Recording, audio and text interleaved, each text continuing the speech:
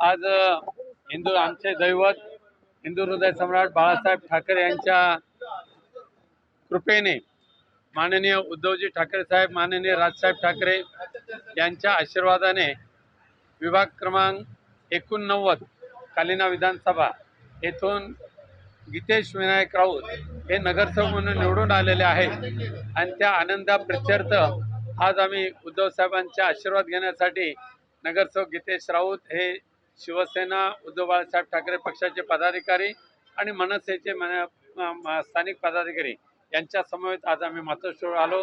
उद्धव साहेबांना भेटलो.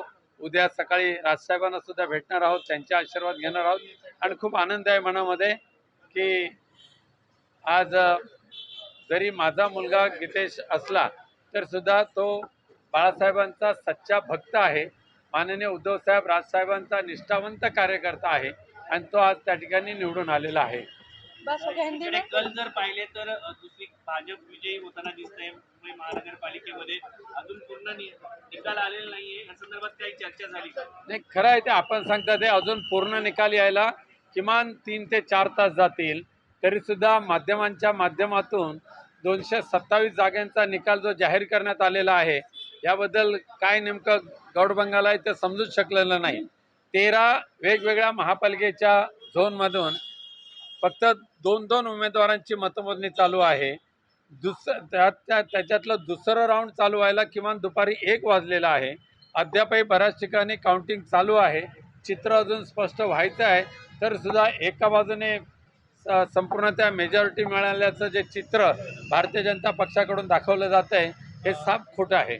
सर, हिंदी में जानना चाहेंगे जिस तरीके से के आंकड़े आ रहे हैं उसको कैसे वो आश्चर्यजनक है जिस प्रकार से बीजेपी कह रही क्लीन स्वीप है। देखिए, आज के जो नतीजे आए हैं, भारतीय जनता पार्टी के जो एक नेता है उन्होंने आज के जो फिगर 2 दिन पहले बोल चुके थे, अब ये क्या उनको कैसा मालूम कि जितने उन्होंने फिगर बोले उतना ही फिगर उनके चुन के आए हैं। इसके पीछे क्या जादूगरी है, क्या राज है, वो आप भी जानते हैं। कुछ घपला तो है ही है, खास करके इस बार का जो चुनाव और सिंबल का जो पिक्चर था और साथ साथ में जो इंक लगाई जाती थी वो इजी निकल जाती थी। अलग अलग परिणाम, अलग अलग उदाहरण इस चुनाव क्षेत्र में हम दे सकते हैं कि ताकि अपोजिशन पार्टी के जो प्रत्याशी चुनाव लड़ रहे थे उनको भारी नुकसान कैसा पहुंच सके और रूलिंग पार्टी को उसका फायदा कैसा हो सके। आपके गठबंधन में जिस तरीके से मनसे पार्टी भी है, उनकी सीटें भी काफी कम आई हैं और आप लोगों ने महाराष्ट्र की अस्मिता और मराठी भाषा को लेकर पूरा चुनाव लड़ा था, लेकिन आप पूरी तरीके से ग्राउंड पे 0 निकले। किस तरीके से देख रहे हैं? नहीं, 0 नहीं निकले। हमें गर्व है, हम मराठी आज भी है, कल भी रहेंगे और ये बताने के लिए हमें कुछ चुनाव की जरूरत पड़ती है ऐसे नहीं है। जिस तरीके से हमारे उद्धव जी ठाकरे और राज साहब ठाकरे ने मराठी लोगों के लिए स्टैंड लिया, उससे मुंबई के मराठी लोग प्रभावित तो है ही है।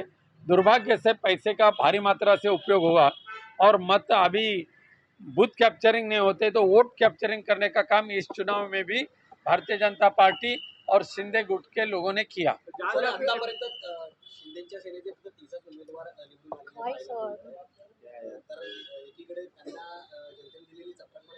चपराक तर 100%च आहे ती, कारण अजून निकाल यायचे आहेत. त्याच्यातून सुद्धा शिवसेना उद्धव बाळासाहेब ठाकरे आणि मनसेचे अजून नगरसेवक निवडून येण्याची नक्कीच चित्र तुम्हाला दिसेल.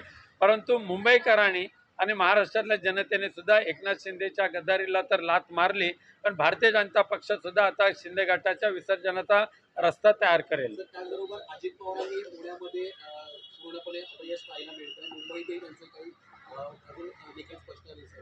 अजित पवारांच्या राष्ट्रवादी पक्षाला सुद्धा आता शेवटची घरघर लागलेली आहे आणि पुणेकरांनी सुद्धा दाखवून दिलेलं हे डबल ढोलकी खेळणारी जी मंडळी आहेत ती आपल्या हिताची नाही आहेत. धन्यवाद.